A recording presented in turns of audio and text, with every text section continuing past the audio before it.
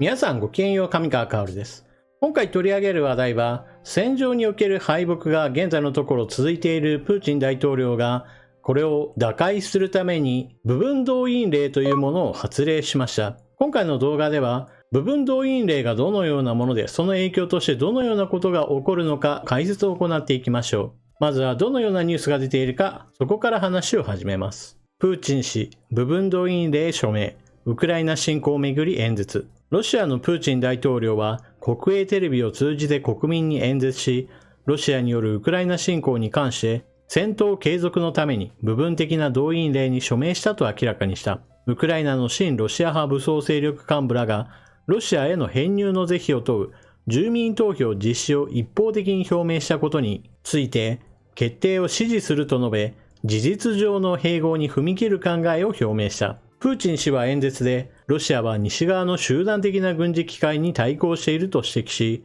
米欧のウクライナ軍への軍事支援により、ロシア軍が後退していることに危機感を募らせていることを示唆した。その上で、すべての東部ドンバス地域の解放は、特別軍事作戦の揺るぎない目的だと国民に呼びかけ、部分的な動員令に署名したと語った。対象は全国民ではなく、特別な軍事技術などを持つ一部の予備兵を動員する見通しだ。この一部というのは、ショイグ国防大臣によると30万人の動員と話しています。詳しくは後ほど。ウクライナ東部と南部の占領地域の親ロシア派幹部らは、23日から27日にロシアへの編入の是非を問う住民投票を実施すると発表した。プーチン氏は演説で、ドネツク州とルガンスク州、ザポリージャ州、ヘルソン州の住民の大部分が、自らの将来について決定することを支持すると強調した。記事の補足です。住民投票を行うことによってロシアへの併合、これらの地域が願い出るという想定シナリオというのは、プーチン大統領にとって占領地域は一切手放したくないという意思の表れです。つい最近までハルキウ州においてもかなりの占領地域を獲得していたのですが、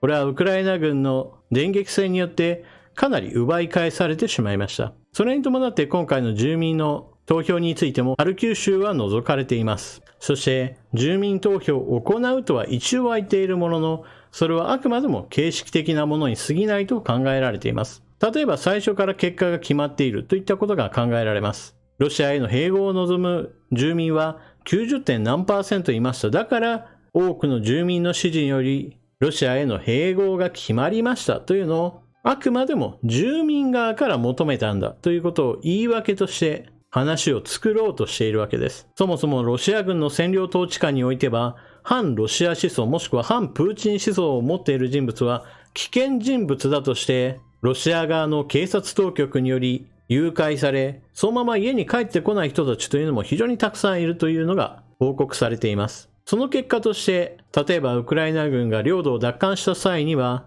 多くの住民がすでに埋められてしまっていた、そういったことも報告されています。プーチン氏は2月のウクライナ東部への軍事侵攻など、国家にとって重要な決定をする際に国民向けに演説してきた。今回もウクライナ軍の反転攻勢で戦況が悪化する中、予備役の部分動員と親ロシア派地域の事実上の併合に踏み切る意向を強調した。それではロシア軍の徴兵制度について紹介しておきましょう。ロシアにおける兵役は1年間訓練を行う徴兵制が取られており、対象年齢は18歳から27歳の男性です。今年も徴兵は行われており、集められた男性は約14万人います。そして今回の部分動員という話について言えば、予備役として登録されている人数は200万人。徴兵経験者が全員予備役に登録されているわけではありません。現在予備役に登録されていないロシア人男性のうち、年齢的に2500万人が最終的な動員対象だと、ショイグ国防大臣は発言したと報道されています。ですから部分動員というのは、まず今予備役に登録されている200万人の中から戦闘経験のある人やもしくは兵器の取り扱いを学んだ人、そういった人物について30万人を選抜してこれらを動員しようというわけです。最初に部分動員として30万人を兵士にするんだとロシア側が発表したわけですが、これがどれくらいの規模なのかについてご説明しておきましょう。日本の自衛隊、陸海空合わせて約25万人です。今回動員される数というのは自衛隊よりも多い数を集めるというわけです。また、ロシアによるウクライナ侵略その始まりの時期において、ウクライナ国境に集結したロシア軍は約19万人でした。つまり本格的な侵攻が始まったその時点よりも、さらにプラスアルファ11万人多い規模を動員しようとしているわけです。規模としてはかなり大きいものであるということが認識することができます。ただし、兵士の質においては問題を抱えていることは明らかです。なぜならば、2月時点における本格的な侵攻が始まった時の兵士たちというのは、基本的には何年もロシア軍の兵士として軍に在籍していた、いわばベテラン兵を中心とした部隊でした。ですが、戦闘がずっと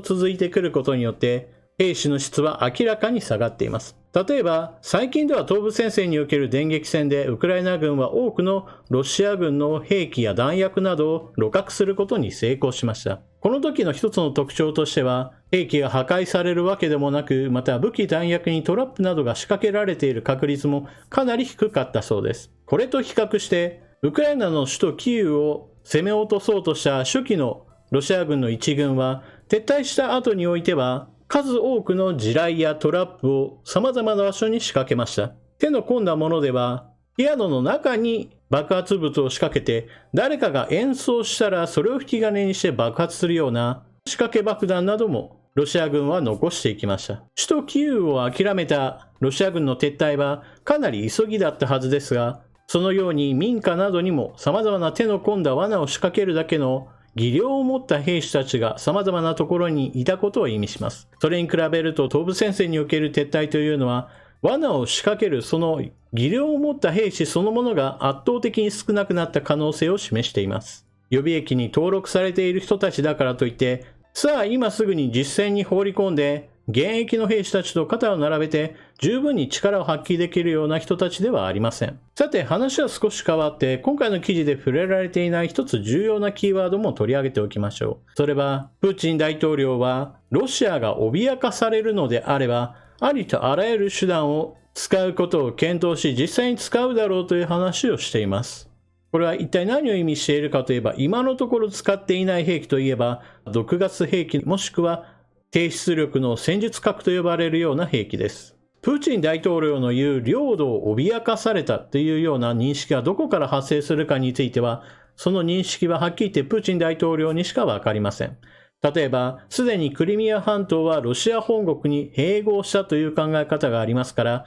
それに対してウクライナ軍がクリミア奪還を仕掛けると、ロシア本国が脅かされたとプーチン大統領が言うかもしれませんが言わないかもしれません。そして今回の記事で取り上げられていた住民投票をもとにしてウクライナの東部と南部4つの州について併合の手続きを進める。つまりこれらもロシア本国の新しい領土だと認識するのであれば当然のようにウクライナ軍はこれらの領土を奪還するために戦闘を行うこととなります。そのような時にプーチン大統領がありとあらゆる手段を講じるそういった脅しをかけているわけです。ここは一つ注意ポイントで、核兵器は実際のところ使うよりも核兵器を使うぞという脅しをかける抑止力を NATO 各国に与えることが一つの目的化しています。実際のところこの抑止力というのは今まで有効に働いてきました。例えば NATO 加盟国はウクライナに対して軍事支援は行いますが、じゃあ援軍を送って一緒に戦おうとしているかといえばそういったわけではありません。ロシア側も NATO は怖いので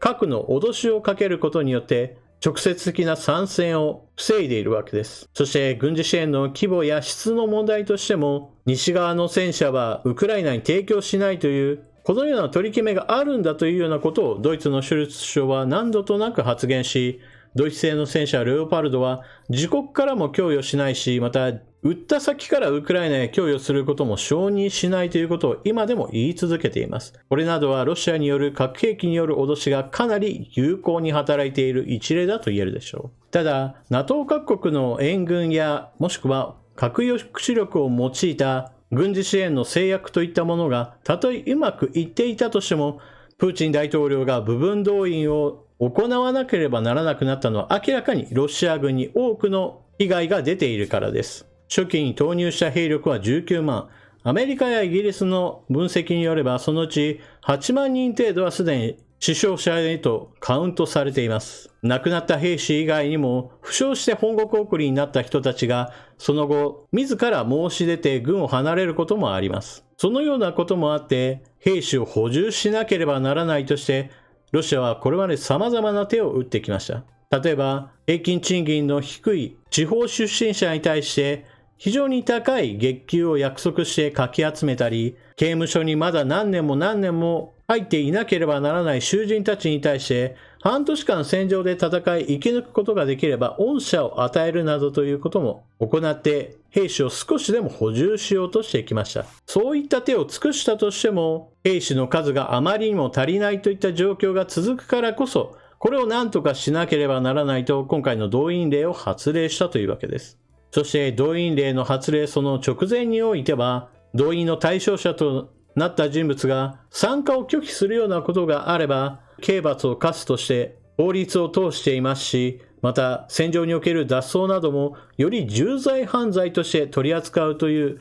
法律改定も行われました。これら様々なことがロシア軍の内情として兵士たちが多く亡くなり、そして離脱した兵士も多く、さらに補充する兵士が全然足りないというこの3つの現象が複合的に証明された形となっています。そして兵士が足りないんだから動員すればいいやとなって今回の動きに出たわけですが、ここには非常に多くの問題が様々発生することとなります。例えば現在のウクライナ領にいるロシア軍兵士が最大で19万人いたとして、そこに30万人が新たに加わったとしましょう。親ロシア派の人たちにしてみれば、一気に人数が大幅に膨れ上がるのだから、これでウクライナ軍を撃退できると思われることも仕方ない面があります。しかし、戦場の現実としては、人数さえ増えればそれで攻撃力が増えるかといえば、そういったわけではありません。そもそも人数がそれだけ倍増するということは、これらの人々が食べるための補給はものすごい勢いで増えることとなります。戦場に着く前の訓練期間においても、30万人規模の兵士を訓練するとなれば、とんでもない量の物資を消費することとなります。現在のロシア軍はソ連時代に作ってきた様々な兵器や武器弾薬を倉庫から引っ張り出すことによってウクライナ軍に対する優勢を保ってきました。しかしそれは月日の経過によって明らかに先が見えてきました。このことについてはすでに以前の動画でも取り上げましたが、ロシアは北朝鮮に対して砲弾や誘導性のないロケット弾の購入などを持ちかけています。これなどは明らかにロシア軍の武器弾薬の備蓄が尽きてきたことを意味しています。そのような状態にあって、さらに人数を一気に増やして、これらの人々に兵器や武器を行き渡らせることは非常に困難なはずです。ですからほとんどの場合、これら動員された兵士たちは戦車兵としてウクライナ軍を攻撃するといったようなことではなく、塹壕にこもってウクライナ軍が攻撃してくるのを何とか食い止めるためのいわば盾として使われる人たちとなるでしょう。訓練が行き届き、兵器も様々充足された状態の30万人の軍隊であれば、それは凄まじい破壊力を持つわけですが、兵器もなければ武器弾薬についても補給が困難かもしれない状態で投入される兵士というのは攻めるための戦力としては計算に入らないはずです。動員令をかけたということはそれだけロシア軍の内情が厳しいということを意味します。もちろんそれだけの兵士が戦場に出てくれば領土を奪還しようと攻撃するウクライナ軍にとっては今まで以上に困難にはなるものの、しかしそれはあくまでも攻める時の苦労であって決してウクライナ軍が激しい攻撃を受けて押し戻されるというような現象にはならないと思います。現在でもすでに補給に支障をきたしているロシア軍に比べて、ウクライナ側の方は徐々にではありますが、装備は充実し、また外部で訓練している兵士たちも少しずつ前線へと行き渡っていくこととなります。兵士の質が低下する一方のロシア軍と兵士の質が少しずつ上昇し、また兵器についても末端まで行き渡り始めているウクライナ軍、いわば力関係としては充実してくるウクライナ軍と質の劣化が激しいロシア軍というこの構図それ自体は今回の動員令といったものが行われたとしてもその構図それ自体に変化はないのです。ですから今回の動員令というのはロシアの敗北を後ろへと何とか遅らせようというそうした抵抗ではあるものの、これによって戦局が一転しロシア軍が大勝利へとつながるような根本的な話ではないのです。今回動員される30万人がどれだけの人々が命を失うかは、ロシアの国内政治においても大きな問題を引き起こすことでしょう。これまでは地方出身者の兵士が亡くなったとしても、それはロシア政治においてはほとんど影響はありませんでした。しかし、首都モスクワを中心とした都市部の人たちの誰かの息子、誰かの父親といった人たちが亡くなってくると、今までよりもより強く政権批判につながりやすい厭戦気分を生み出すのです。プーチン大統領はそうした突き上げをどこまで抑えられるか、そこが今回の戦いにおける一つ、ロシア国内の状況を一変させる要素だと私は思います。何にしても部分動員令をかけたということは、少なくともプーチン大統領は自分からこの戦争をやめる気はないということを発表したようなものです。ですから、いかにして戦場においてウクライナ軍が少しずつでもいいから領土を奪還し、ロシア軍の死者を積み重ねることが、結局のところ実効支配を目論むロシアの考えを打ち砕き、それによって戦争を終わらせることができる。それ以外の道は今のところなさそうです。ウクライナに対する軍事支援がこれからも継続的に行われることが非常に大事です。日本の現状としてはこうした軍事支援を行うことが基本的にはできません。もしも軍事支援ができるとすれば、日本の自衛隊には多連装ロケットシステム MLRS があるので、こうした遠距離攻撃を行える兵器を渡すことによってウクライナ軍を支援することができます。しかし、現状今できないのであれば、少なくともいつかできるように必要な法律の改正などは議論すべきだと私は思います。そして今は軍事支援ができないというのであれば、冬の戦いに向けて防寒具や冬用のタイヤ、そして輸送トラックなどといった非軍事物資での支援を日本はもっとすべきでしょう。というわけで今回の動画はここまで。プーチン大統領は部分動員令を発令しました。このことは2つのことを意味します。そもそも今のロシア軍は非常に苦しい状況にあるから、これを打開するための方策が必要だったということを意味します。しかし同時に今回の動員令を敷くことによってプーチン大統領はまだまだ戦うぞという決意を表明したようなものです。ロシアはウクライナ東部南部の地域においてこれらの領土を一気に併合しようとしています。現代におけるこうした軍事力を持って国土を奪い取るという行為は侵略行為以外の何者でもありません。NATO 加盟国各国からの軍事支援がどれだけウクライナ軍を支えられるか、そして軍事支援をしないのであれば、それ以外の分野でどれだけ日本も貢献できるかについて、もっと日本国内でも議論を進めるべきでしょう。最後まで動画をご視聴いただきありがとうございました。チャンネル登録していない方はぜひともチャンネル登録していってください。そして動画を見終わったら評価ボタンのクリックをよろしくお願いします。それでは次の動画でまたお目にかかりましょう。またね。